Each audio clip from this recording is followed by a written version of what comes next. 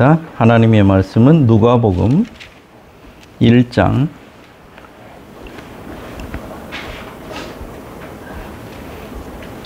26절에서 31절까지 있는 말씀을 보도록 하겠습니다.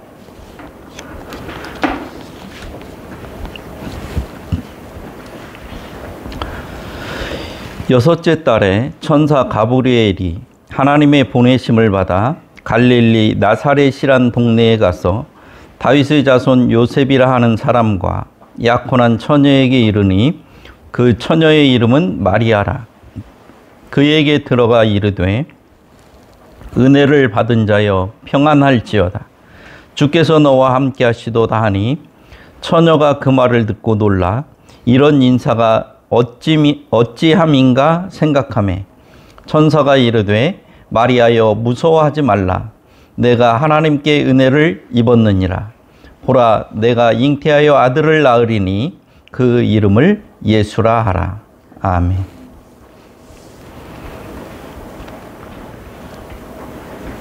오늘은 내일이 성탄절이죠.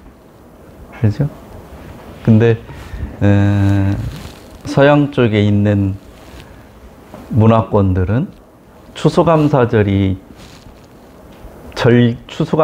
절기부터 해서 새해 초까지 이제 휴가도 길게 하고 또 되게 축제의 그런 시간으로 보내는 그런 일들이 많은 그런 절기입니다.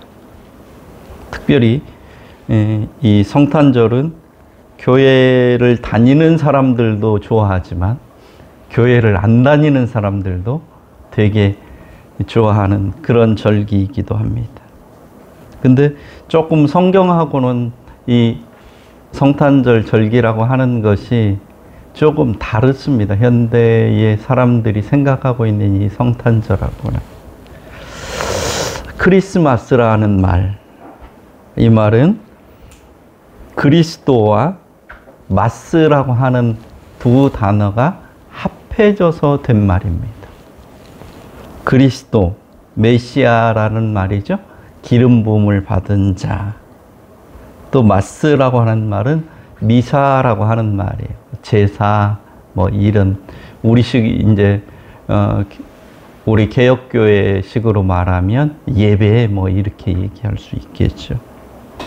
이렇게 해서 그리스도와 마스라고 하는 단어가 결합되어서 만들어진 말로 그리스도의 탄생을 축하하고 예배하는 날이다, 그런 의미입니다.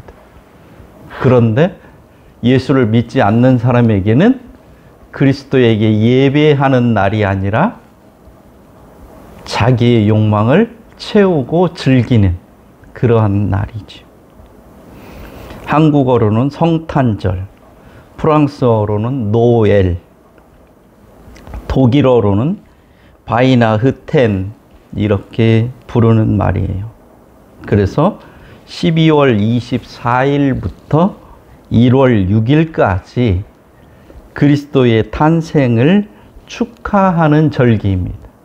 그러니까 우리는 그냥 24일 성탄절 전부터 해서 25일 이렇게 해서 이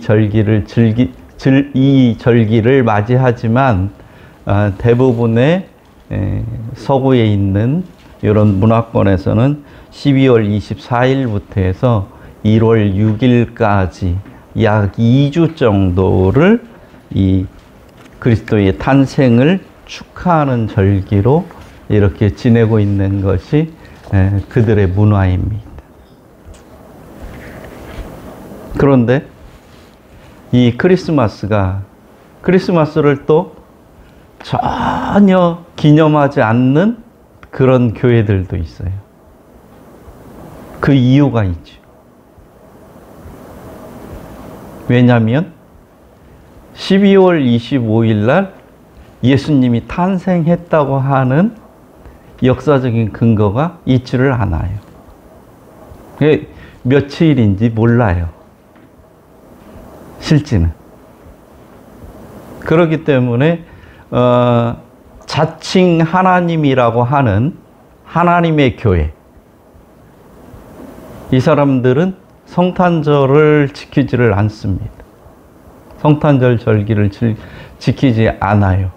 왜냐하면 성탄절은 예수님이 태어난 그때부터 성탄절이 생긴 게 아니라 몇백 년, 한 300~400년이 지난 후부터 생긴 절기이기 때문에 성경적 근거도 별로 없고 그 날이 12월 25일이라고 하는 근거도 별로 없다. 이렇게 해서 그 자칭 안상홍이라고 하는 사람, 하나님의 교회라고 이렇게 붙여놔서 우리와 똑같이 하나님이 일하는 말을 쓰지만 그 사람들이 말하는 하나님은 안상홍이를 하나님이라고 하는 거예요. 그렇기 때문에 그 교회에서는 성탄절을 안 지킵니다. 또 안식일교회, 제7일 안식일교회 역시 마찬가지고요. 왜냐하면 12월 25일은 그 당시 로마의 축제일이에요. 이교도들의 축제일이어서 그 이교도들의 축제일을 기독교인들이 그걸 따라서 예수님이 탄생했다고 이렇게 한다. 이렇게 하기 때문에 이 절기는 이교도들에게서 온 거기 때문에 성탄절 절기를 지킬 필요가 없다. 이렇게 하면서 지키지 않는 그런 사람들이 있습니다. 그런데 몇 월 며칠 그 날짜가 중요한 게 아니에요. 사람들은 무슨 날짜에 목을 매는데 그 날짜가 중요한 게 아니에요. 예수님이 이 땅에 태어나셨다 한 게 중요하지. 그리고 예수님이 왜 태어나셨냐 하는 것이 중요하지. 25일 날 태어났냐, 1월 6일 날 태어났냐, 뭐 며칠 날 태어났냐, 이런 게 중요하지 않단 말이에요. 근데 사람들은 중요하지 않은 걸 가지고 목숨을 걸어요. 지금도 마찬가지예요. 우리는 성탄절을 12월 25일 날로 지내지만은 러시아 정교회에서는 1월 6일 날을 성탄절로 해요. 이 사람들은 율리우스 역이라고 하는 달력이 지금처럼 이렇게 세계 표준역으로 하나로 된 게 얼마 안 돼요. 그래서 옛날에 있었던 달력을 기준으로 해서 율리우스 역이라고 그래서 지금 우리가 사용하는 표준역하고 13일의 차이가 있어요. 그래서 이 사람들은 1월 6일을 성탄절로 지내요. 그래서 지금 러시아하고 우크라이나가 싸우고 있잖아요. 근데 러시아나 우크라이나는 1월 6일을 성탄절로 지냈어요. 근데 이제 요번에 러시아하고 우크라이나하고 싸우면서 우크라이나가 우리는 금년부터는 12월 25일을 성탄절로 지내겠다. 러시아가 지내는 1월 6일을 우리는 성탄절로 안 하겠다. 그러고 법을 바꿔서 금년부터는 우크라이나는 12월 25일을 성탄절로 지내요. 이렇게 제가 말씀드리는 것은 성탄절 12월 25일 이 날이 그렇게 중요한 의미를 갖는 게 아니다 이 말이에요. 어떤 날짜 이게 중요한 게 아니라 예수님이 이 땅에 오셨다는 사실과 예수님이 이 땅에 오셔야만 하는 그 이유, 그것을 아는 것이 참다운 성탄을 지내는 거고 참다운 성탄을 기억하는 것이지 엉뚱한 거 가지고 논쟁하고 싸울 필요는 없다 그 말이에요. 오늘은 사실은 누가복음 1장 1절에서부터 45절까지 있는 말씀을 드리고 싶은데 예배 시간은 한정되어 있고 그래서 좀 시간 되는 대로 말씀을 드리도록 하겠습니다. 1장 5절에 보면 누가복음 1장 5절에 보면 유대 왕 헤롯 때 이렇게 나오고 있습니다. 예수님이 언제 태어나셨는지를 기록하고 있는 거예요. 지금처럼 뭐 2022년에 2023년 몇 월 며칠에 이렇게 연도를 기록하는 방법은 한참 후대에 생긴 거예요. 우리나라에서도 역사를 기록할 때 어떻게 기록했는 거니? 왕을 중심으로 해서 기록했어요. 그래서 고려왕조실록은 고려의 태조 왕건부터 34대 공민왕까지 474년의 역사를 태조 왕건 1년에 무슨 일이 있었다, 2년에 무슨 일이 있었다, 공양왕 몇 년에 무슨 일이 있었다, 이런 식으로 역사를 기록을 한 겁니다. 서기 몇 년에 뭐 무슨 일이 있었다, 이런 것이 세계적으로 정착된 지는 그리 오래된 일이 아니란 말이에요. 조선왕조실록도 마찬가지예요. 태조 이성계부터 25대 철종까지 472년간의 여기 우리 역사에서 있었던 일들을 무슨 왕 몇 년에 하늘에서 낮이 갑자기 일식이나 월식 이런 거 일어나면 요즘처럼 과학적으로 이해하지 못하니까 나라에 큰 변고가 일어날 징조가 하늘에서 있어서 대낮이 어두워졌다. 그리고 닭이 울었다. 이런 기록을 이런 고려왕조실록이나 조선왕조실록을 보면 알 수 있단 말이에요. 그러니까 아주 중요하고 큰 일들이 있으면 누구 때 이런 일이 있었다. 이렇게 기록을 하는 것이 옛날의 역사 기록 방법이었다고요. 그래서 성경도 지금 예수님의 탄생에 대해서 기록을 하는데 이때 당시에 유대 왕이 헤롯 왕이었어요. 그래서 지금 예수님의 탄생에 대해서 막 이러저런 여러 가지 이야기들이 많은데 이때 유대 왕 때 이런 일이 있었다, 이렇게 성경은 기록하고 있단 말이에요.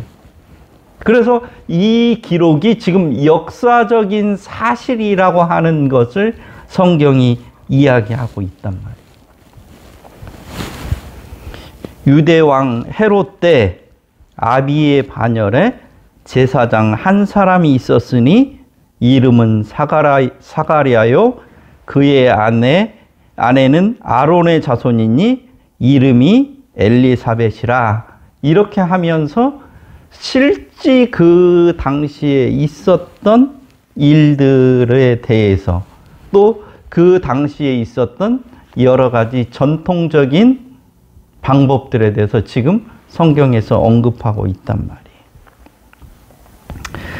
이 아비야 반열의 제사장 한 사람, 이렇게 얘기하고 있는데 다윗 왕 때부터 제사장들을 24반열로 나눠서 1년에 2번씩 한 번에 일주일씩 해서 성전에 봉사했는데 아비야 반열은 24반열 중에 8번째 있는 반열이에요.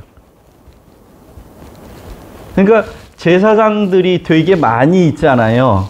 이 제사장들을 요즘으로 말하면 24조로 나누어 가지고 한 조가 1주씩 성전에서 봉사를 하는 거예요. 그래서 처음에 1주에 했던 사람이 다음에는 25주째 가서 다시 성전 봉사를 하는 거예요. 이런 식으로 해서 성전에서 봉사를 하는데 지금 유대왕 헤롯 때 아비야 반열이 성전 봉사를 하게 된 거예요. 그 아비의 반열에 제사장 중에 한 사람이 사가랴라는 사람이 있었어요. 그래서 이 사가랴라는 사람이 지금 성전 봉사를 하게 돼 있는 거예요.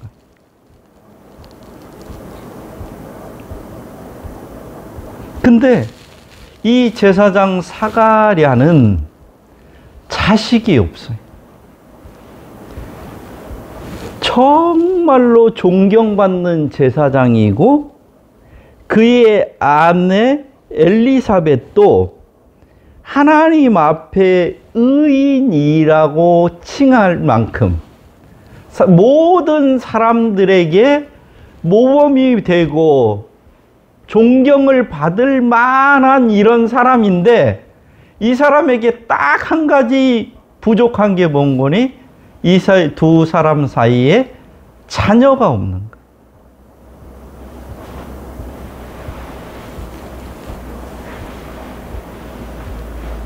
근데 이때 이제 사가랴가 성소에 들어가서 지금 성전 봉사를 하는 거예요. 그때 가브리엘 천사가 이 사가랴에게 나타나서 아들을 낳을 것이라고 이렇게 지금까지 수십 년 동안 애를 못 가졌는데 이 천사가 나타나서 성소에서 지금 봉사를 하고 있는 사가랴에게 아들을 낳을 것이다 이렇게 얘기하면서 네가 아들 낳으면 이름을 요한이라고 줘라 이렇게 얘기한단 말이에요. 그러니까 사가랴가 어떻겠어요? 사가랴가 아니 애를 낳으려면 진즉에 낳겠지. 지금 나도 이렇게 나이 늙었고 우리 집사람도 지금 나이가 이렇게 많은데 애를 낳을 수 있다는 게 이게 말이 되냐 이 말이야. 그래서 묻습니다. 사가랴가 천사한테 나도 아내 엘리사벳도 나이가 많은데 어찌 이런 일이 있을 수 있습니까? 이렇게 물어요. 도저히 이건 있을 수 없는 일입니다. 그 얘기예요. 지금까지 무슨 애를 우리가 낳으려고 열심히 노력해봤지만 못 낳는데 지금 이 나이 먹어서 애 낳는다는 게 이게 말이 안 된다. 그 얘기를 하면서 천사에게 묻는 거예요. 만약에 이런 일이 일어난다면 이것을 어떻게 알 수 있겠습니까? 당신이 하는 말이 진짜라고 하면 내가 그렇게 된다는 것을 어떻게 알 수 있냐 이렇게 얘기를 한단 말이에요. 도저히 믿을 수 없기 때문에 반문하는 거예요. 이것은 구약 성경에서 아브라함과 사레와 매우 흡사해요.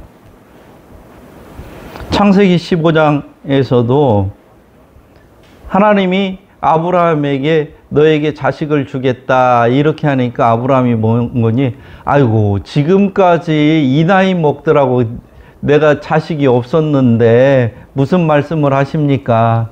나는 내 자식이 내 후사가 되는 게 아니라 내 먼 친척인 엘리에셀이 내 상속자가 될 겁니다. 이렇게 하니까 하나님께서 아브라함을 데리고 나가서 하늘의 별을 보여주면서 네 몸에서 날짜가 저 하늘의 별처럼 많을 거다 이렇게 얘기를 해요. 그러고 나서도 아내가 임신하지 않아요. 그러고 나니까 그 아브라함의 부인인 사레가 마음이 급해져 가지고 하갈이라는 여종을 아브라함의 첩으로 준단 말이에요. 그래서 이 하갈이 이스마엘을 낳아요. 이때 아브라함의 나이가 86세예요. 그랬는데 그리고 나서 사라에게서는 아무런 소식이 없어요. 몇 년 동안? 13년 동안. 그래서 99세 때 13년이 지난 후에 하나님이 또 아브라함에게 네 몸에서 너에게 후손을 주겠다. 이스마엘이 네 후손, 너를 이을 그런 후손이 아니다. 이렇게 말씀을 하셔요. 아니, 지금 내가 지금 이제 내년이면 100세고 우리 집사람 사라는 90세가 되는데 이게 무슨 소리입니까? 말도 안 되는 소리죠. 이렇게 질문한단 말이에요. 근데 하나님께서 거기에서 하나님한테 어떻게 해요? 제물을 드리라고 그러고 거기서 하나님이 아브라함과 약속을 하고 그 후에 사라가 임신해서 아이를 낳는 이런 면을 보죠. 도저히 믿을 수 없는 그런 일들이 아브라함과 사라 사이에 있었던 것처럼 이 사가랴와 엘리사벳 사이에서도 지금 이런 일이 벌어지고 있는 거예요. 그러면서 뭐라고 하는 거니? 네가 지금부터 아들을 낳을 때까지 말을 못하는 벙어리가 될 거다 그래요. 그래서 이 사가랴가 지금 성전에서 봉사를 하고 성전 밖으로 나왔는데 거기에 많은 백성들이 있었단 말이에요. 그러니까 성소 안에 들어갈 때는 어떻게 말도 잘하고 쌩쌩하고 아무렇지 않았던 사람이 성소에서 나온 다음에 이상한 몸짓 발짓으로 막 뭔가를 얘기를 해요. 말을 해야 되는데 말을 못하고 손짓 발짓으로 뭐 있었던 얘기를 해요. 그러니까 사람들이 어때요? 놀라는 거죠. 야, 사가랴에게 도대체가 무슨 일이 있었던 거야? 그렇잖아요. 말을 잘하고 제대로 된 사람이 하나님의 성소에 들어가서 봉사를 하게 되는데 사가랴는 아무 흠이 없어서 성소에 들어가서 봉사를 했는데 거기 봉사하러 들어갈 때는 괜찮았는데 나오고 나서는 이게 말도 못하는 지금 벙어리가 돼갖고 말도 못하고 손짓발짓하고 막 이러는데 갑자기 사가랴가 왜 이렇게 된 거야? 이렇게 하고 모든 사람들이 어떻게 해요? 그 일에 관심을 둘 수밖에 없게 되는 이런 사건이 발생한단 말이에요. 왜냐하면 부정한 제사장들이 성소에 들어가면 성소 안에서 죽는 일들이 발생하기도 해요. 성소 안에서 죽으면 죽은 제사장을 성소 안에서 꺼내야 되잖아. 근데 아무나 들어가서 성소 안에 들어가서 죽은 사람을 꺼내면 큰일 나는 거예요. 그래서 제사장 옷에는 방울이 달려 있었어요. 그리고 제사장 발을 어떻게? 줄로 이렇게 묶었어요. 묶었단 말이에요. 그래서 제사를 집례하기 위해서 이렇게 왔다 갔다 하면 딸랑딸랑 소리가 나는 거야. 그러면 어떻게? 안 죽은 거야. 제사장이 그 안에서 지금 제사를 잘 집례하고 있는 거예요. 근데 만약 부정한 제사장, 하나님의 뜻을 거역한 제사장들이 들어가서 집례하다가는 그 안에서 죽어요. 죽으면 밖에서 줄을 당겨서 끄잡아내는 거예요. 성소 안에는 못 들어가니까 사람들이. 근데 이게 사가랴는 지금 성소 안에 들어가서 죽지도 않고, 그죠? 죽지도 않고 나왔는데 뭔가 지금 이해할 수 없는 말도 못하고 이상한 사람으로 바뀐 거예요.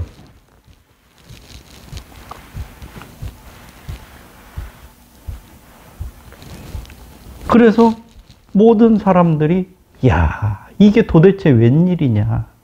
뭐 때문에 이런 일이 생겼냐? 만약에 사가랴가 부정한 제사장이면 그 성소 안에서 죽었을 거고, 또 그렇지 않으면 이 사가랴는 멀쩡하게 성소 밖으로 나왔을 텐데 이게 멀쩡하지도 않고 죽은 것도 아니고, 그러니까 사람들이 더더욱 신비하게 생각할 수밖에 없는 상황이 발생된 거예요.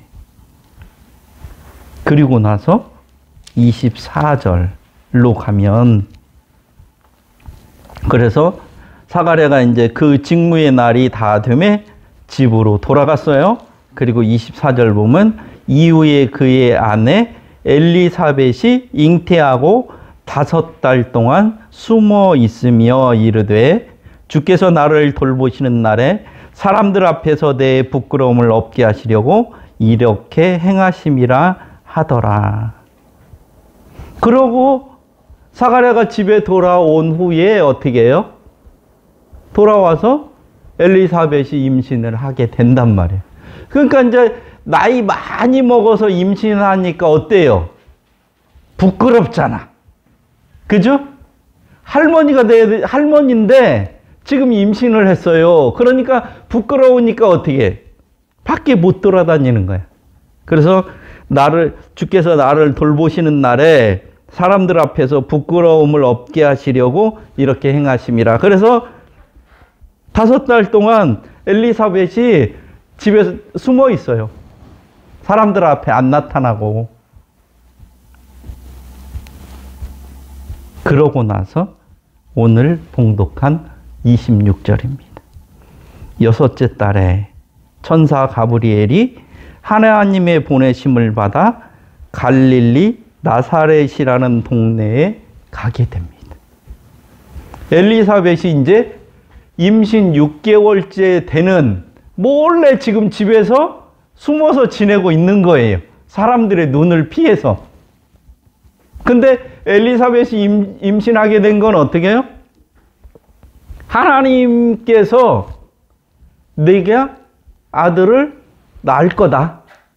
지금까지 도저히 인간적인 이걸로는 낳을 수 없는 상황이에요. 근데 하나님의 천사가 아들을 낳을 것을 예고하고 이름을 이렇게 저라 요한이라고 하라. 이렇게 하게 된 이후에 임신을 하게 되고 지금 5개월 동안 지나고 6개월째 되는 거예요. 이때 하나님의 천사가 이제는 또 마리아에게 나타나는 거예요. 그래가지고 요한에게 했던 거와 거의 동일한 패턴으로 마리아에게 이야기를 하는 거예요.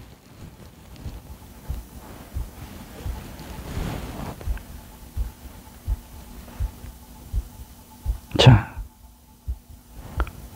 처녀인 마리아에게 나타나서 엘리사벳은 그래도 사가랴라고 하는 남편이라도 있는데 마리아는 이제 약혼하고 결혼하려고 날짜만 지금 손꼽아 기다리고 있는데 이 처녀 마리아에게 가브리엘 천사가 나타나서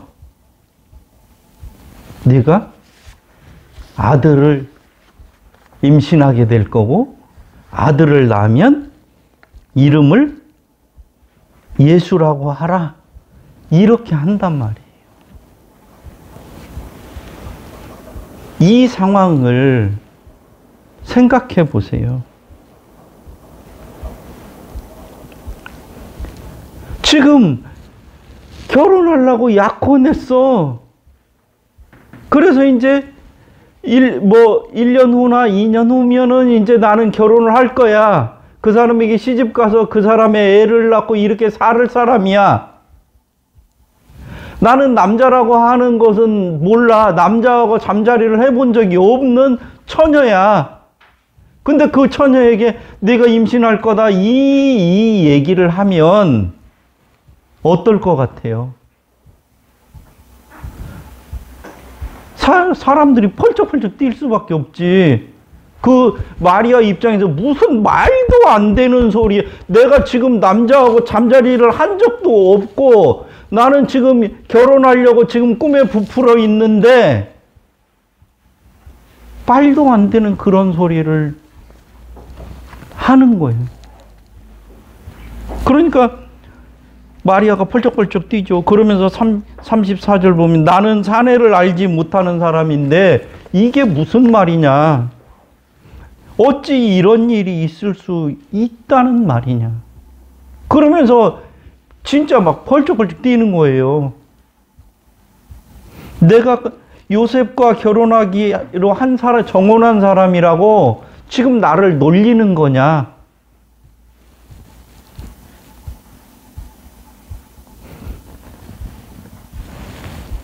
이런 상황이에요. 우리가 성경을 너무 쉽게 읽어서 그러는데 이 이야기를 듣는 마리아 입장에서는 이건 도저히 있을 수 없는 일이에요. 말도 안 되는 일이고. 요즘도 예를 들면 결혼하기로 약혼했어.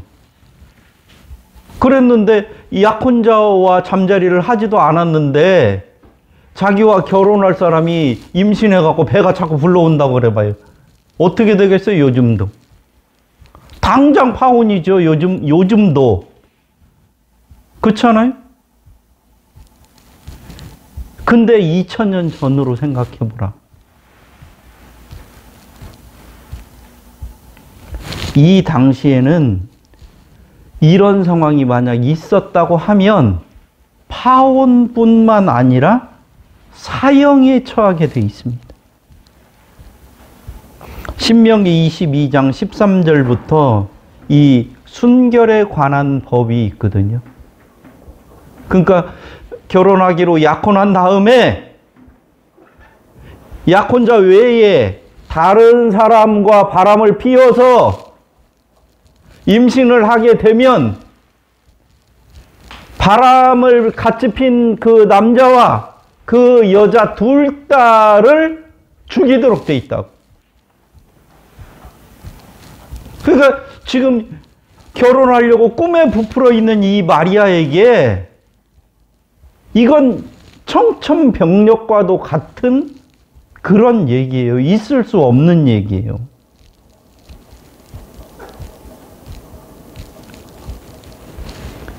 그렇기 때문에 이 마리아는 펄펄 뛸 수밖에 없어요. 이게 말도 안 되는 소리고 이게 있을 수 없는 일이다. 이러면서 천사한테 이야기하는 얘기예요.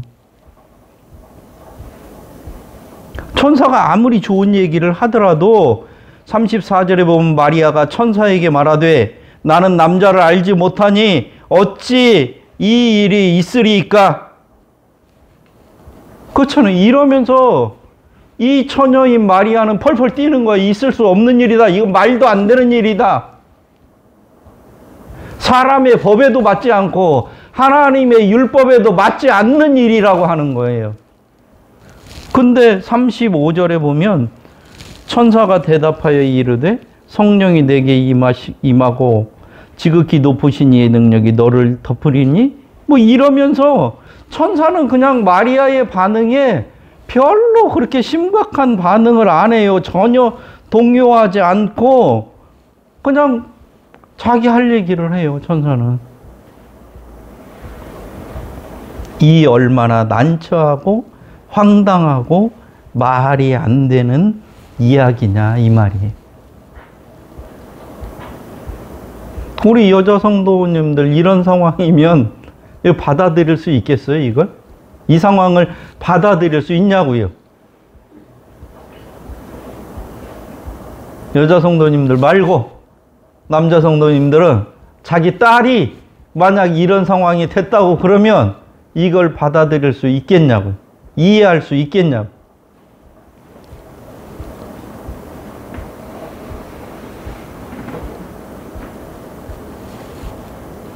근데 36절에 뭐라고 얘기하는 거니?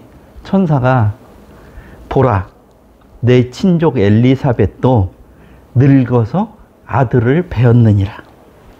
본래 임신하지 못한다고 알려진 이가 이미 6달이 됐다. 사람들이 알기로는 엘리사벳은 자식이 없고 이제 더 이상 자식을 낳을 희망이 없다고 모든 사람에게 다 그렇게 알려졌는데 이미 엘리사벳이 임신해서 몇 개월이 됐다? 6개월이 됐다. 그걸 봐라. 사람의 생각으로, 사람의 판단으로는 도저히 될 수 없는 일인데 네 친척 엘리사벳에게 이런 일이 생겼다. 이렇게 천사가 이야기한단 말이에요. 마리아에게.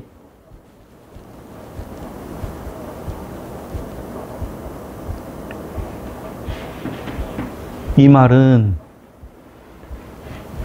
엘리사벳의 사건을 통해서 마리아가 하나님의 계획을 받아들일 수 있도록 하나님께서 사전에 엘리사벳이 아이를 임신할 걸 예고하고 하나님이 이 일을 진행하고 계심을 이스라엘의 많은 사람들이 알도록 하셨단 말이에요.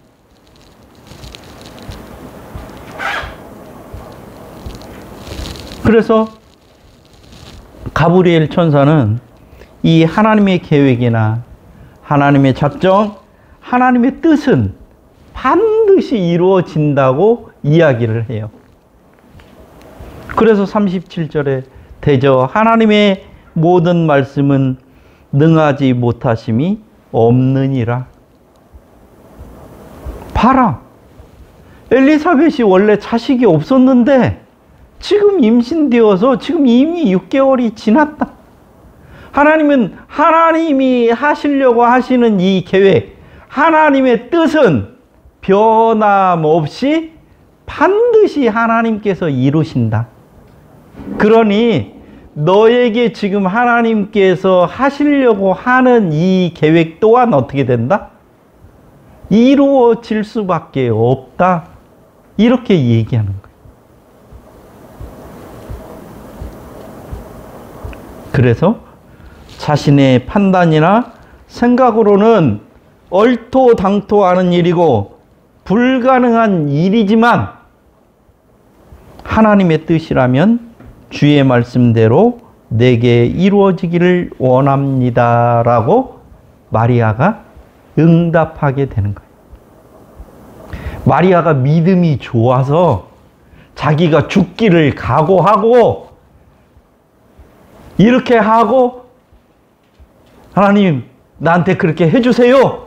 이게 아니라 펄펄 뛰고 도저히 받아들일 수 없고 지금 되게 혼란스러운 이런 상황이었지만 이미 하나님께서 계획하시고 작정하신 일이 진행되는 것을 보고 그리고 나서 이 일이 하나님께서 시작하셨다면 이 일은 진행될 수밖에 없는 일이라고 생각을 하고 마리아는 그 하나님께 응답하는 거예요.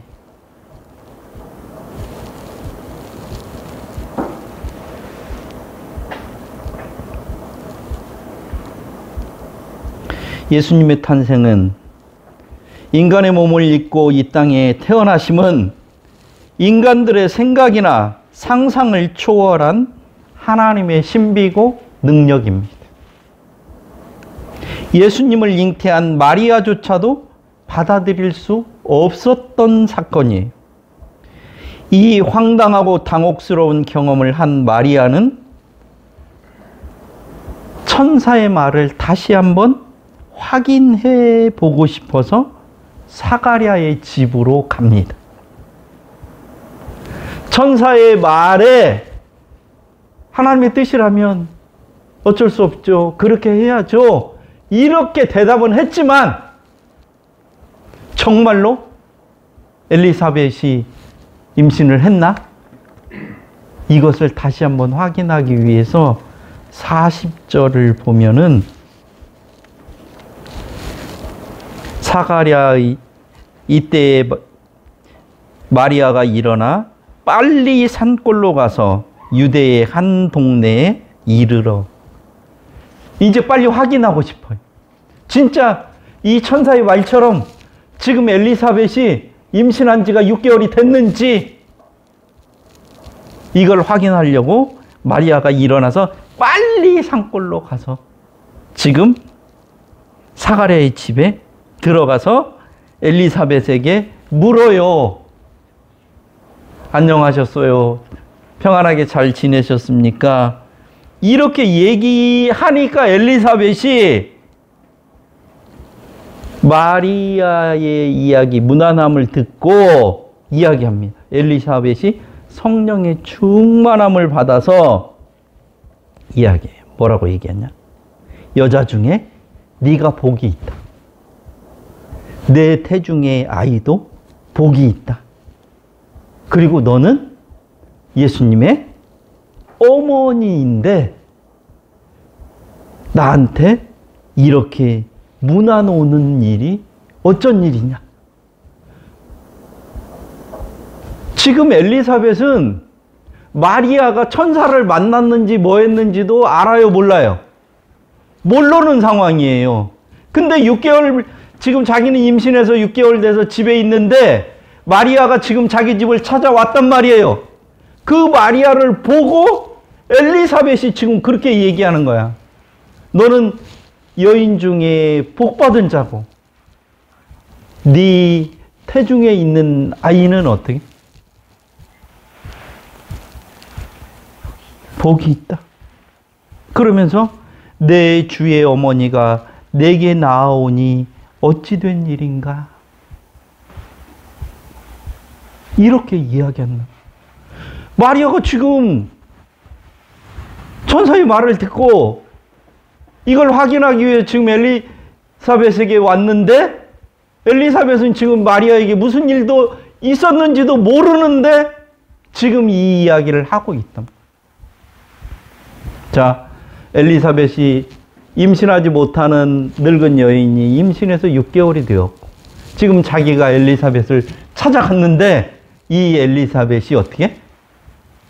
자기에게 되어질 앞으로의 일에 대해서 어떻게 해요? 이야기를 하는 거예요.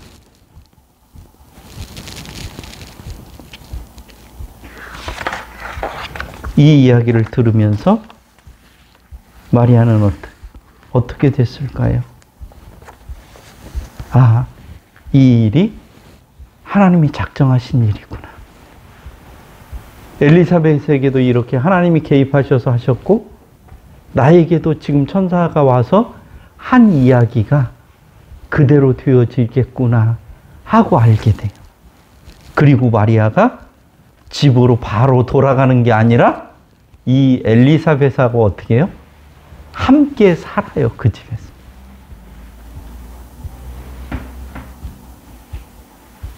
그리고 나서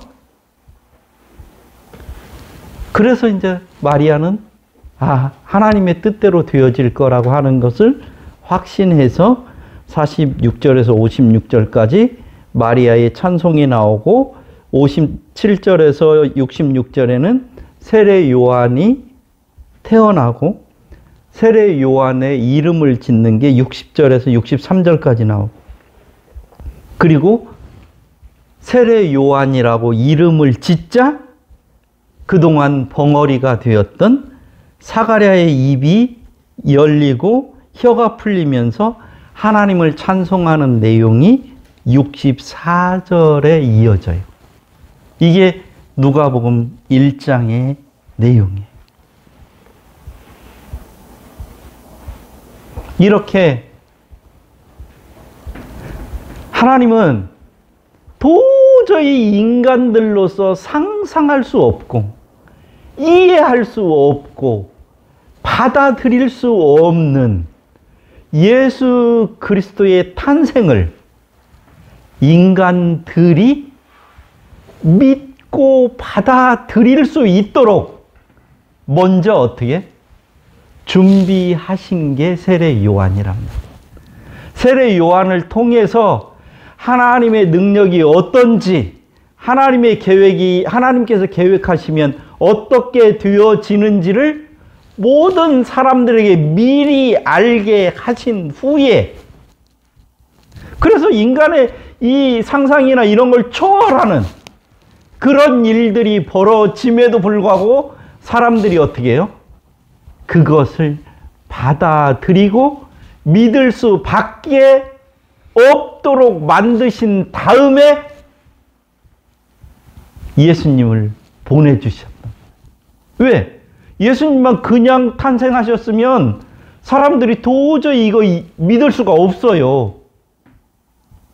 근데 이 엘리사벳을 통해서 이미 많은 사람들에게 자녀를 낳을 수 없는 엘리사벳이 자녀를 낳는 것을 통해서 하나님의 성령으로 처녀인 마리아에게서 예수가 태어날 수 있음을, 태어남을 알게 하셨단 말이에요.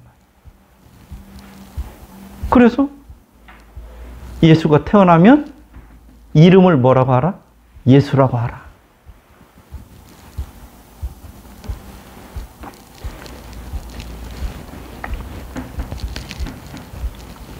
그래서 세례 요한은 예수님의 길을 미리 예고하는 자예요. 미리 보여주는 자예요. 예수를 쉽게 믿을 수 있도록 알려주는 자란 말이에요. 만약에 사가랴가 성소 안에서 벙어리 됐다가 다시 말하는 이런 사건이 없었다고 그러면 별로 사람들은 관심도 없었을 거예요. 예수님의 탄생에 대해서도 그렇게 크게 관심을 갖지 않았을 거예요. 근데 제사장인 사가랴가 성소에 들어가서 벙어리 돼서 나와가지고 요한이 태어날 때까지 벙어리 돼서 살다가 요한이 태어나니까 요한이라고 이름 지니까 그가 말을 하게 되는 이것을 통해서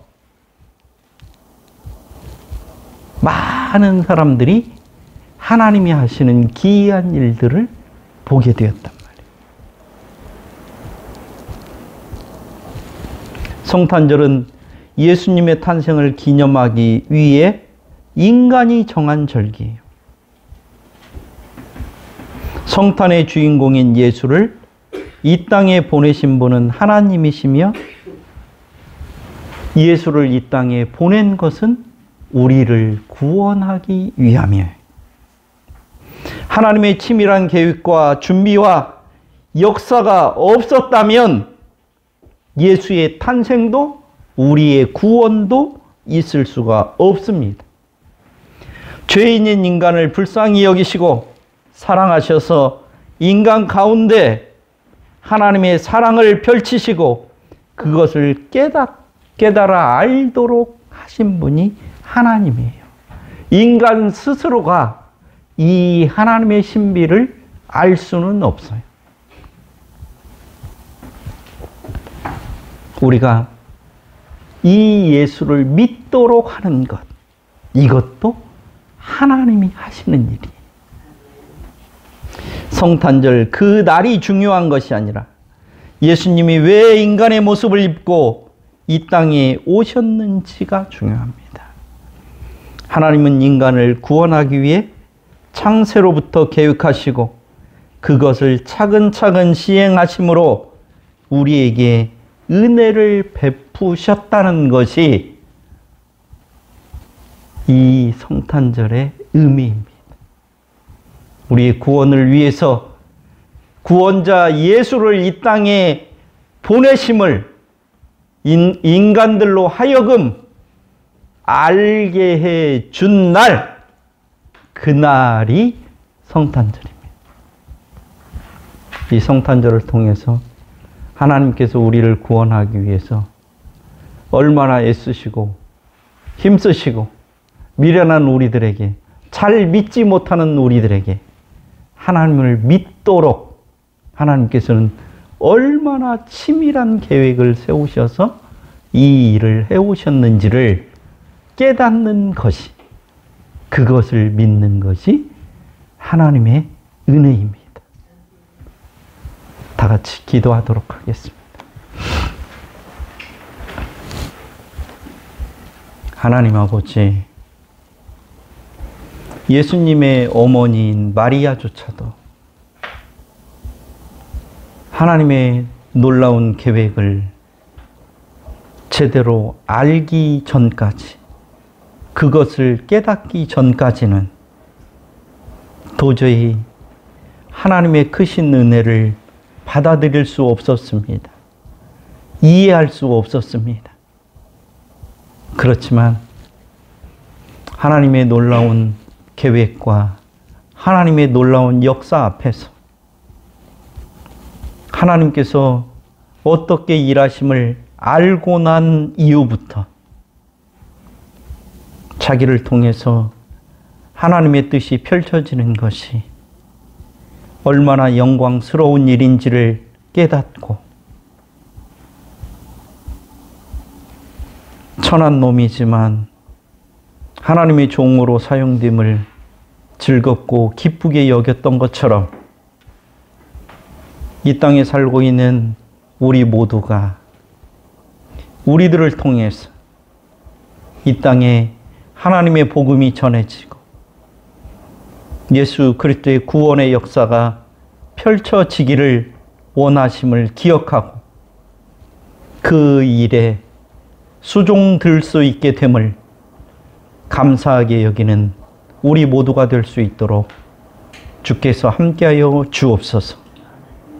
이 성탄절 절기가 인간의 욕심을, 인간의 표피적인 즐거움을 채우는 그런 절기가 아니라 구원을 위해서 하나님께서 인간의 모습을 입지 않으면 안 되는 그러한 역사적인 사건임을 기억하고